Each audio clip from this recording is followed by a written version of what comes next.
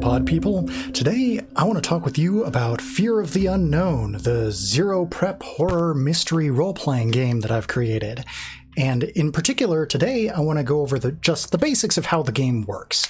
So, this is a zero prep horror mystery role-playing game. Now, you might be saying, whoa, a zero prep mystery game? How do we do that? I'll cover that in a later episode about running the game, because that's really only necessary for the Oracle or Game Master to know. Today, we're going to talk more about what the players should know. So, as a player in a role-playing game, you are going to control one of the protagonists. In the next episode, we're going to talk about how to create your protagonist, but today I'll just do a little bit of overview over the different attributes that your protagonist has, and then we'll talk a bit about how those attributes interact with the game mechanics.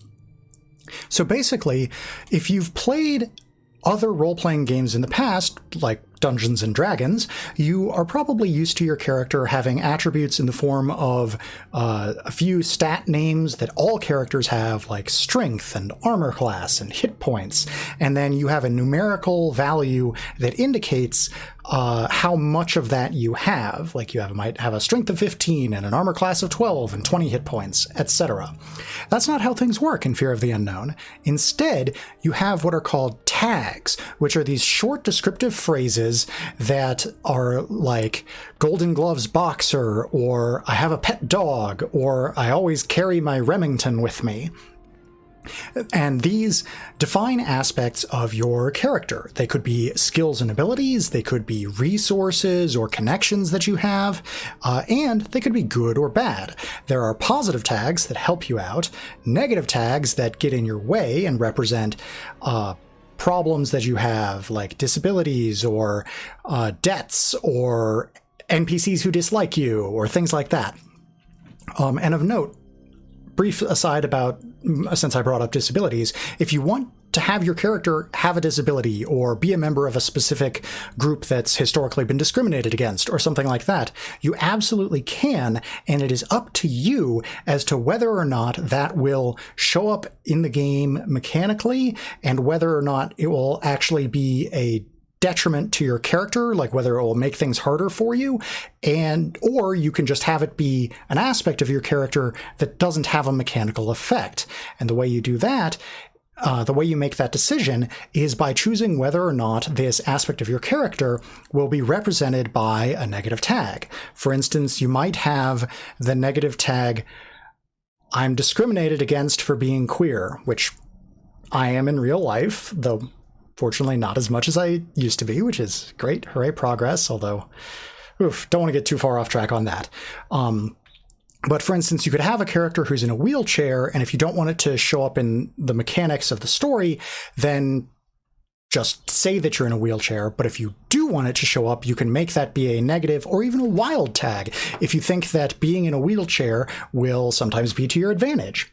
So there's positive tags which help you out, negative tags which get in your way, and wild tags that could do either one. So we'll go into more detail about how to create your character and make the decisions as to what all those different tags should be in a later episode. Right now, I'm going to talk about the other half of your character besides the tags, which is the three different kinds of experience. In RPGs, you might be used to there just being one kind of experience point, and when you gain enough of it, you go up a level.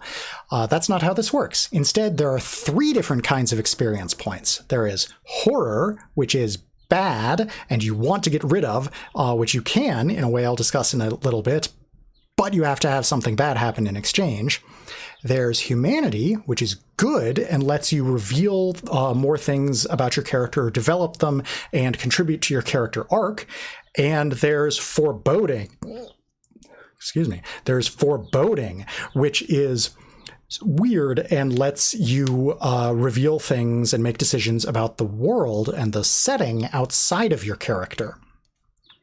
So you gain those three experience points when you interact with the main mechanic of the game, which is called moves. Moves are mechanics that have names that are short phrases like investigate or reveal something about yourself, etc. And when your description of what your character is doing could contain one of those short phrases, then you activate that move. This means that you make a few decisions and roll some dice, probably, if it's one of the basic moves. And this provides you with a mechanical way that the story is influenced by your character's actions. And so the three basic moves are investigate, face peril, and encounter true horror. You investigate whenever you are trying to find out the answer to a question. You face peril whenever you are in a potentially deadly situation. And you encounter true horror whenever you are in a horrifying situation. Now, investigate and face peril, both of those moves use your tags, which means that they sort of create scenes. The way that that works is you pick up to 3 positive or wild tags, which could be your tags, or they could be town tags, because the town itself has, at the beginning, at least 5 town tags that you can pick from when adding to a roll. And then the Oracle, or Game Master, picks up to 2 of your negative or wild tags to impede you, or picks a town tag, up to 2. And then you roll 2 6-sided dice, and you add 1 for each tag that you picked, and you subtract 1 for each tag that the Oracle picked. And you also gain a humanity for each one that the Oracle picked. So this is how you gain humanity, which I'll talk more about later. So you roll the 2 6-sided dice, add your positive tags, subtract your negative tags, and you get a result. Your result is going to lie in one of these results ranges, which if you take a look at the quick start rules, you can see what I'm talking about. There's 6 or below, 7 through 9, or 10 or above for investigate, and same for face peril. And if you'll notice, there's several different options for results in each of those ranges. You pick one of those options. Now, if this option has a dot next to it, you can pick that anytime that you roll this result. If it has a circle next to it, though, then you have to check it off, and you can't pick it again unless you recover it. Now, all of these results ranges have a dot option that lets you recover the circle options, except for the 7 through 9 results on face peril. For those, you are not recovering them after you select them, and instead you're growing ever closer towards dying, because the last option that you can pick is that you die. So this is a horror game. You will move inexorably closer to death. And I slightly misspoke earlier. You pick one of the options if you roll a 7 or above, but if you roll a 6 or below, then the Oracle picks one or more of the options available there. If you're familiar with Powered by the Apocalypse games, which means inspired by the game Apocalypse World by Vincent and Megwee Baker, then these 6- options are the equivalent of GM moves, if you've heard that before. If you haven't heard that before, then just ignore that. I'll keep talking about this. The other basic move is Encounter True Horror. For Encounter True Horror, you don't add any tags. Instead, you add your current horror total. And then after you've resolved the roll, you gain 1 horror. So this, unlike the other 2 basic moves, Investigate and Face Peril, for Encounter True Horror, the higher you roll, the worse. And so it's more dangerous to roll a high number, whereas on the other moves, it's more beneficial to roll a high number. So with this, 6 or below is the best results range, 7 through 9 is also pretty good, 10 to 12 is pretty bad, and then 13 or higher is the worst. And notice that you can't roll a 13 or higher the very first time that you encounter True Horror, because you're going to roll 2 6-sided dice and add 0. So the highest you can roll is 12.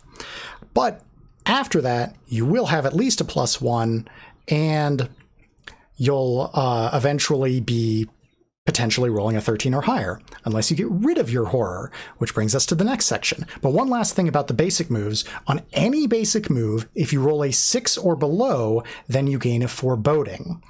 And this tells us, so now we know how we gain all 3 different kinds of experience point. You gain humanity whenever your negative tags are invoked. You gain foreboding whenever you roll a 6 or below. And you gain horror whenever you encounter true horror.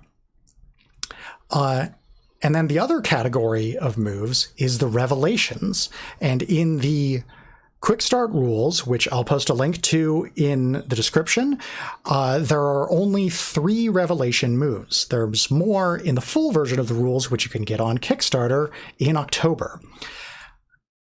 The 3 revelations each allow you to reveal something about either yourself or the world, or experience the trauma of the horror that you've been encountering, and they correspond to one of the 3 forms of experience. Reveal something about the world lets you change the setting in some way, or within the fiction, reveal a previously undiscussed aspect of the setting, and costs 3 foreboding to use. Revealing something about yourself allows you to direct your character's story arc and character progression, and gives and costs you 3 humanity. And let the horror sink in lets you get rid of 3 horror, but you have to have something bad happen.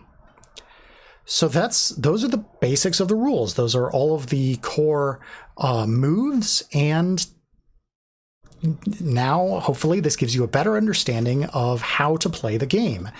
If you have any questions, please feel free to contact me either on Twitter at SixpenceGames, or you can email me, thomas@sixpencegames.com, or leave a comment on this episode. I'd love to hear from you, and I'll also leave a link in the description where you can both download the Quick Start rules and join the Discord, where I frequently run games of Fear of the Unknown. I look forward to hearing from you and seeing you play this game, which I had a great deal of fun designing, and I'm sure you're going to have fun playing and trying to survive. Try not to get murdered.